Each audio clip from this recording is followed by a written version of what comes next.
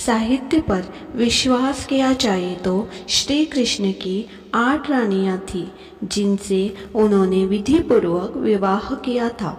और इन 8 रानियों में सबसे पहले रानी रुक्मिणी देवी थी। देवी रुक्मिणी और श्री कृष्ण की शादी की कथा बेहद रोचक है। आज हम आपको बताएंगे कि आखिर श्री कृष्ण और रुक्मिणी मिले कैसे थे और कैसे दोनों का विवाह हुआ था। विदर्भ राज्य के राजा भीष्मक के एक पुत्र और एक पुत्री थी। पुत्र का नाम रुक्मी और पुत्री का नाम रुक्मिणी था। राजा भीष्मक अपनी पुत्री से बहुत प्रेम करते थे और उनके विवाह के लिए योग्य वर की तलाश में थे।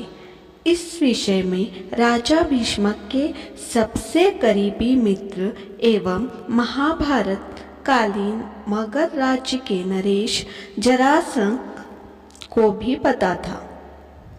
जरासंध को उस वक्त का शक्तिशाली राजा माना जाता था और ऐसा भी कहा जाता था कि जरासंध का वध कोई नहीं कर सकता है। जरासंध देवी रुक्मिणी को अपनी पुत्री जैसे ही मानते थे और इसलिए वह खुद भी रुक्मिणी के लिए योग्य वर की तलाश में थे। मगर रुक्मिणी के मन में शुरू से ही भगवान श्री कृष्ण की छवि बसी हुई थी। बड़े बड़े महारथी को परास्त करने वाले श्री कृष्ण की कथा रुक्मिणी कई लोगों के मुंह से सुन चुकी थी। देवी रुक्मिणी ने श्री कृष्ण के विषय में सुनकर ही यह तय कर लिया था कि वह उन्हीं से विवाह करेगी।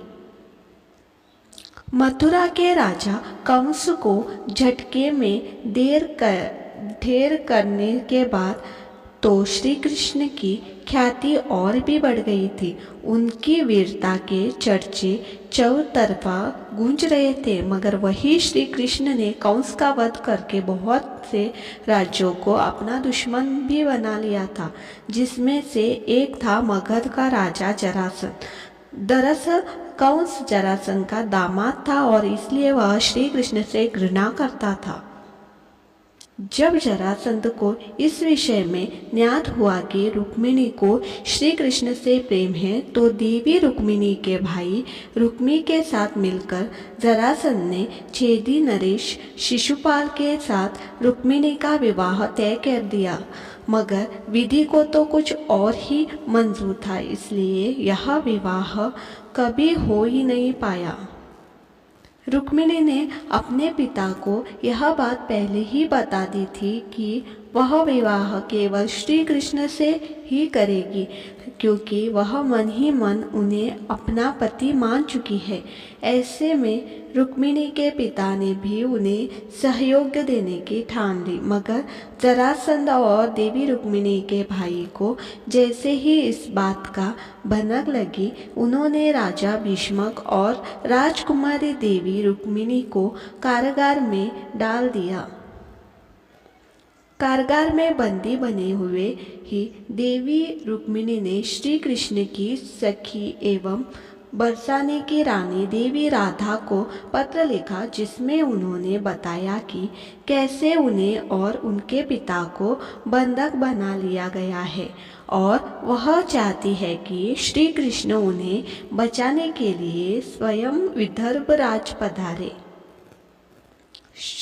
श्री राधा रानी को जब यह पत्र मिला तो उन्होंने स्वयं श्री कृष्ण से देवी रुक्मिणी की मदद करने का आग्रह किया।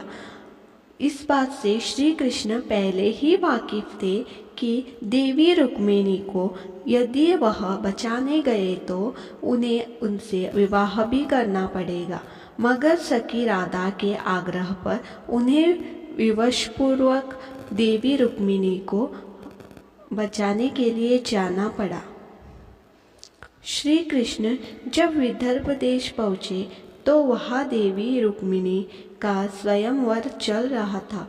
कृष्ण और देवी रुक्मिणी के भाई रुक्मी के बीच भयानक द्वंद्व हुआ। लोक कथाओं के अनुसार श्री कृष्ण ने रुक्मी का वध करने के लिए अपना सुदर्शन भी उठा लिया था, मगर देवी रुक्मिणी के आगे आग्रह पर उन्होंने रुक्मी को छोड़ दिया। भरी सभा में देवी रुक्मिणी को अपहरण कर उन्हें अपने साथ ले गए। रुक्मिणी तो पहले ही श्री कृष्ण से प्रेम करती थी और मन ही मन उन्हें अपना पति मान चुकी थी। इस बात को श्री कृष्ण भली भांति समझते थे और इसलिए अपहरण के बाद जब वह श्री कृष्ण का रथ गुजरात राज्य के छोटे से गांव मध्यपुर के पहुंचा तो वहाँ श्री कृष्ण ने देवी रुक्मिणी से विवाह कर लिया।